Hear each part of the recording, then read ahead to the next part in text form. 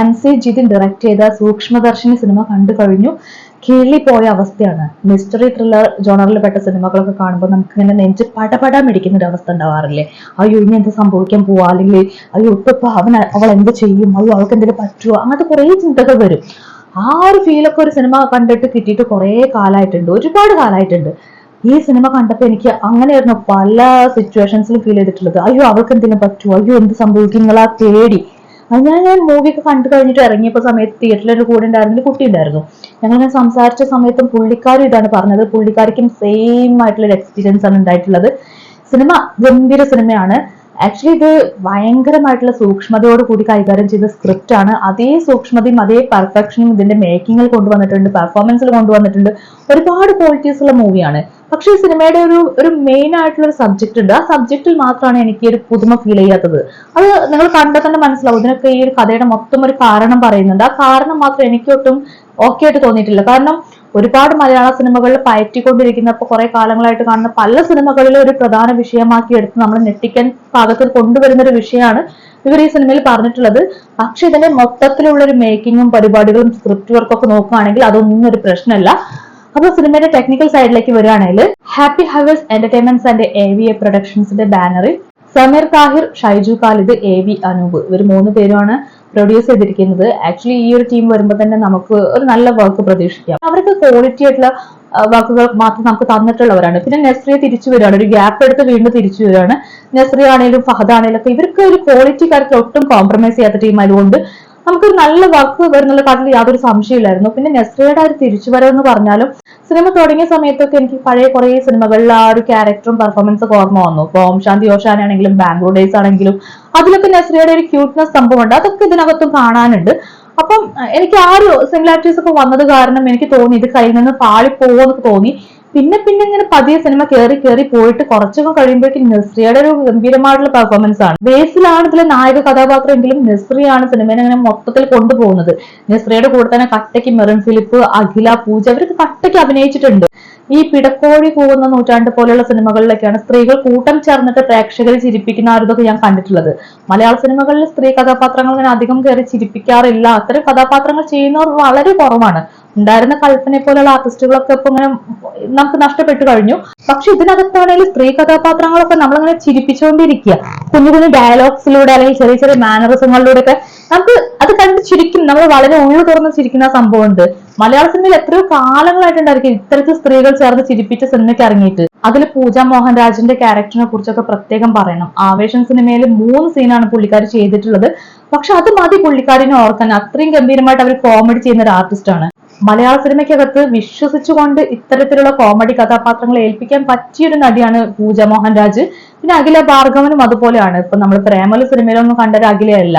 നല്ല രസമായിട്ട് അവരൊക്കെ കോമഡി ചെയ്യുന്നുണ്ട്. ഇതിപ്പോ കോമഡിയുടെ കാര്യം നോക്കുകയാണെങ്കിൽ എല്ലാവരും ചെയ്യുന്നുണ്ട് കേട്ടോ. ഇപ്പൊ നമ്മുടെ സിദ്ധാർത്ഥ് ഭരതന്റെ കാര്യം പ്രത്യേകം പറയണം. ഞാൻ പുള്ളിനെ ഇതുവരെയൊക്കെ ഒരു സിനിമയിൽ ഇങ്ങനെ കോമഡി ചെയ്യുന്നത് കണ്ടിട്ടില്ല.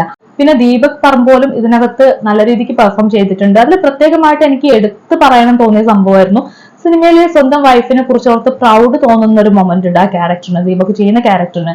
ആ ഒരു സംഭവം ദീപകിന്റെ ഫേസിൽ കാണുമ്പോൾ തന്നെ നമുക്ക് അത് കൃത്യമായിട്ട് നമുക്ക് റിലേറ്റബിൾ ആവുന്നുണ്ട്. അല്ലെങ്കിൽ നമുക്ക് കൃത്യമായിട്ട് അത് ആ ഒരു ഡെപ്തോട് കൂടി തന്നെ നമുക്ക് അത് കണക്ട് ചെയ്യാൻ പറ്റുന്നുണ്ട്. അത് എനിക്ക് പേഴ്സണലി എനിക്ക് നല്ല രീതിക്ക് ഇഷ്ടമായിട്ടുണ്ട്. പിന്നെ ഈ സിനിമയിൽ ബേസിൽ ചെയ്ത കഥാപാത്രത്തെ കുറിച്ച് പറയുകയാണെങ്കിൽ സിനിമ തുടങ്ങിയ സമയത്ത് ഞാൻ വിചാരിച്ചു ഇതൊരു സൈക്കോ കഥാപാത്രമാണ്, ഷമ്മിയെ പോലെ ഒരു ക്യാരക്ടറാണ്.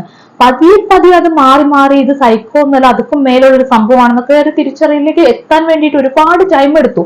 ആ ടൈം എടുത്ത് അത് തിരിച്ചറിയുന്നവരേക്കുള്ള ആ ഒരു മൊമെന്റ് ഇല്ലേ, നമുക്കിങ്ങനെ ദുരൂഹതകൾ കാണിച്ച് നിഗൂഢതകൾ കാണിച്ച് നമ്മളെങ്ങനെ കൺഫ്യൂസ് ചെയ്യിപ്പിക്കുകയാണ്. നമുക്ക് ആകെ ടെൻഷൻ ആവാണ്. എന്താണ് സംഭവിക്കുന്നത് ഒരു എത്തും പിടിയും കിട്ടുന്നില്ല. സിനിമ എവിടെ ചെന്ന് അവസാനിക്കും, എന്താണ് ഇതിനകത്ത് നടന്നുകൊണ്ടിരിക്കുന്നത് എന്നുള്ള കാര്യം നമുക്കൊരു ക്ലാരിറ്റിയും കിട്ടില്ല. ഈ ഒരു സംഭവം എന്താണ്, സിനിമയുടെ മൊത്തം സംഭവം എന്താണ്, ആ ഒളിഞ്ഞു കിടക്കുന്ന ഒരു മിസ്റ്ററി ഉണ്ട്, അത് എന്താണെന്ന് അറിയാനുള്ള ഒരു ആകാംക്ഷ സിനിമയുടെ അവസാനം വരെ അവർ കൊണ്ടുപോയിട്ടുണ്ട്. ആക്ച്വലി ഈ സ്ക്രിപ്റ്റ് ആണ് ഈ മൂവിയുടെ ഏറ്റവും വലിയ ഒരു പോസിറ്റീവ് ആയിട്ടുള്ള ഘടകം. വേറെ വല്ലവരും കയ്യിൽ കിട്ടിയിരുന്നെങ്കിൽ നാശാക്കി കളയായിരുന്നു. ഇത് വളരെ പണിയെടുത്ത് വളരെ സൂക്ഷ്മമായിട്ട് നിരീക്ഷിച്ച് പഠിച്ചു മനസ്സിലാക്കിയാണ് ഇവര് സ്ക്രിപ്റ്റ് ചെയ്തിട്ടുള്ളത്. സോ ആ ഒരു കൺഫ്യൂഷൻ ബിൽഡ് ചെയ്യുന്ന കാര്യത്തിലാണെങ്കിലും അല്ലെങ്കിൽ ആ നിഗൂഢത സംഭവങ്ങളൊക്കെ ബിൽഡ് ചെയ്ത് കൊണ്ടുവരുന്നൊക്കെ ഭയങ്കര രസമാണ്. നസ്രിയ ചെയ്യുന്ന കഥാപാത്രം തൊട്ടപ്പുറത്തുള്ള ബേസിൽ താമസിക്കുന്ന വീട്ടിലേക്ക് എത്തി നോക്കുന്ന പല ഷോട്ടുകളുണ്ട്. ബേസിൽ ചെയ്യുന്ന ആ ഒരു കഥാപാത്രത്തിന്റെ വീടിനകത്ത് എന്തൊക്കെയോ നിഗൂഢമായ സംഭവങ്ങൾ നടക്കുന്നുണ്ട്. അത് അറിയാനുള്ള ആകാംക്ഷ കൊണ്ടാണ് നോക്കുന്നത്. ആക്ച്വലി ആ ഒരു ആകാംക്ഷ നസ്രിയെ പോലെ തന്നെ പ്രേക്ഷകർക്ക് ഇവിടെ ആവശ്യമായിട്ട് വരുന്നുണ്ട്.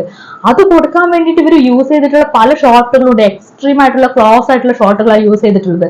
നസ്രിയയുടെ കണ്ണ് കാണിക്കുന്നുണ്ട്, അതുപോലെ തന്നെ പുള്ളിക്കാരി നോക്കുന്ന ലുക്ക്, ആ ലുക്ക് കാര്യങ്ങളൊക്കെ കാണിക്കുന്നുണ്ട്. ഭയങ്കര ആ ഒരു നിഗൂഢമായിട്ടുള്ള ഫീലിലേക്ക് കൊണ്ടുവരാൻ അത്തരം ഷോട്ടുകൾ ഒരുപാട് ഹെൽപ്പ് ചെയ്തിട്ടുണ്ട്.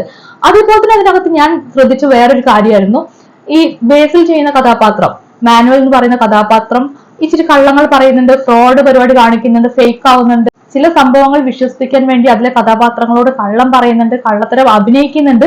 പല സമയത്തും ഓഡിയൻസ് കൂടി ഈ ഒരു കള്ളത്തരം അങ്ങനെ വിശ്വസിക്കുന്ന ഒരു അവസ്ഥ വരുന്നുണ്ട്. ഇത് ശരിയാണെന്നുള്ള ഒരു വിശ്വസനീയമായ സംഭവങ്ങൾ ആ ഒരു കഥാപാത്രത്തിന്റെ അഭിനയത്തിലൂടെ മേക്ക് ചെയ്തെടുത്ത രീതി കൊണ്ടൊക്കെ നമ്മളിലേക്കും വിശ്വാസം വരുന്നുണ്ട്. അത് ഭയങ്കര പോസിറ്റീവ് ആയിട്ടുള്ള സംഭവമായിട്ട് തോന്നിയിട്ടുണ്ട്. പിന്നെ ഒരു സ്ത്രീ കഥാപാത്രമാണ് ഈ സിനിമയെ മൊത്തത്തിൽ ഇങ്ങനെ കൊണ്ടുപോയിട്ടുള്ളത്. ഈ വർഷം ഇറങ്ങിയിട്ടുള്ള സിനിമകളിൽ മികച്ച സ്ത്രീ കഥാപാത്രങ്ങളുടെ കൂട്ടത്തിലേക്ക് ഉൾപ്പെടുത്താൻ പറ്റിയ കഥാപാത്രമാണ് നസ്രിയയുടെ പ്രിയദർശിനി എന്ന് പറയുന്നത്. ഡയറക്ടറായ MC ജിതിനും അതുൽ രാമചന്ദ്രനും ലിബിൻ TVയും ചേർന്നിട്ടാണ് സ്ക്രിപ്റ്റ് ചെയ്തിട്ടുള്ളത്. 3 പേരും കഷ്ടപ്പെട്ട് പണിയെടുത്തതിന് മാത്രം സ്ക്രിപ്റ്റിനകത്ത് കാണാനുണ്ട്. നല്ല രീതിക്ക് ആ വർക്ക് അവർ ചെയ്തിട്ടുണ്ട്. സ്ക്രിപ്റ്റ് വളരെ പെർഫെക്റ്റ് ആണ്. ഒരു സ്ക്രിപ്റ്റ് എങ്ങനെ ചെയ്യണം, ഓരോ സീനും എത്രത്തോളം ഇംപ്രൂവൈസ് ചെയ്യണം, ഓരോ സെക്കൻഡ് വെച്ചിട്ടും ആ ഒരു സ്ക്രിപ്റ്റ് ആവശ്യപ്പെടുന്ന പല സിറ്റുവേഷൻസിനെയും എങ്ങനെ ഉയർത്തി കൊണ്ടുവരണം എന്നൊക്കെ സിനിമ കൃത്യമായിട്ട് കാണിക്കുന്നുണ്ട്. സോ നല്ലൊരു സ്ക്രിപ്റ്റ് വർക്കാണ് ഇതിനകത്ത് ചെയ്തിട്ടുള്ളത്. പിന്നെ സിനിമ എഡിറ്റ് ചെയ്തിരിക്കുന്നത് ചമൻ ചാക്കോ ആണ്. ഇപ്പൊ അടുത്തിറങ്ങിയിട്ടുള്ള ഓൾമോസ്റ്റ് സിനിമകളിലൊക്കെ ഞാൻ ചമൻ ചാക്കോയുടെ പേര് തന്നെയാണ് കാണുന്നത്. ഇന്നലെ റിലീസായിട്ടുള്ള ഹലോ മമ്മി സിനിമയ്ക്കകത്തും ചമൻ ചാക്കോ ആയിരുന്നു എഡിറ്റർ. അപ്പൊ ഇപ്പൊ സജീവമായിക്കൊണ്ടിരിക്കുന്ന ഒരു എഡിറ്റർ എന്ന നിലയ്ക്ക് ചമൻ ചാക്കോ അദ്ദേഹത്തിന്റെ വർക്ക് നല്ല രീതിക്ക് ചെയ്തിട്ടുണ്ട്. അദ്ദേഹം ആ ഒരു പ്രേക്ഷകർക്ക് കൊടുക്കേണ്ട ആ ഒരു ക്വാളിറ്റി വർക്ക് തന്നെ കൊടുത്തിട്ടുണ്ട്. അതുപോലെ തന്നെ ശരൺ വേലായുധനാണ് DOP ആയിട്ട് വർക്ക് ചെയ്തിരിക്കുന്നത്. നല്ല വർക്കാണ്. ഇതിനകത്ത് വളരെ ഡിമാൻഡ് ചെയ്യപ്പെടുന്ന കാര്യങ്ങളൊക്കെ കൃത്യമായിട്ട് പുള്ളി ചെയ്തിട്ടുണ്ട്, പകർത്തി വെച്ചിട്ടുണ്ട്. ആ ഒരു നിഗൂഢമായിട്ടുള്ള ഒരു സ്വഭാവത്തെ നിലനിർത്താൻ ഇദ്ദേഹത്തിന്റെ ക്യാമറ വർക്കിന് കഴിഞ്ഞിട്ടുണ്ട്. സോ സിനിമ അടിപൊളിയാണ്, എനിക്ക് ഇഷ്ടമായിട്ടുണ്ട്. എനിക്ക് മാത്രമല്ല ഓൾമോസ്റ്റ് എല്ലാവർക്കും ഓക്കെ ആവുന്ന വർക്കായിട്ടാണ് എനിക്ക് ഫീൽ ചെയ്യുന്നത്. കൊള്ളാം, നല്ല വർക്കാണ്. മിസ്റ്ററി ത്രില്ലർ സിനിമകൾ ഇഷ്ടപ്പെടുന്നവർക്ക്, നെഞ്ചിങ്ങനെ പടപടാൻ പിടിച്ചുകൊണ്ടുള്ള ചില സിനിമകളൊക്കെ കാണാൻ ആഗ്രഹിക്കുന്ന ആളുകൾക്കൊക്കെ ധൈര്യമായിട്ട് കാണാൻ പറ്റിയ സിനിമയാണ് സൂക്ഷ്മദർശിനി.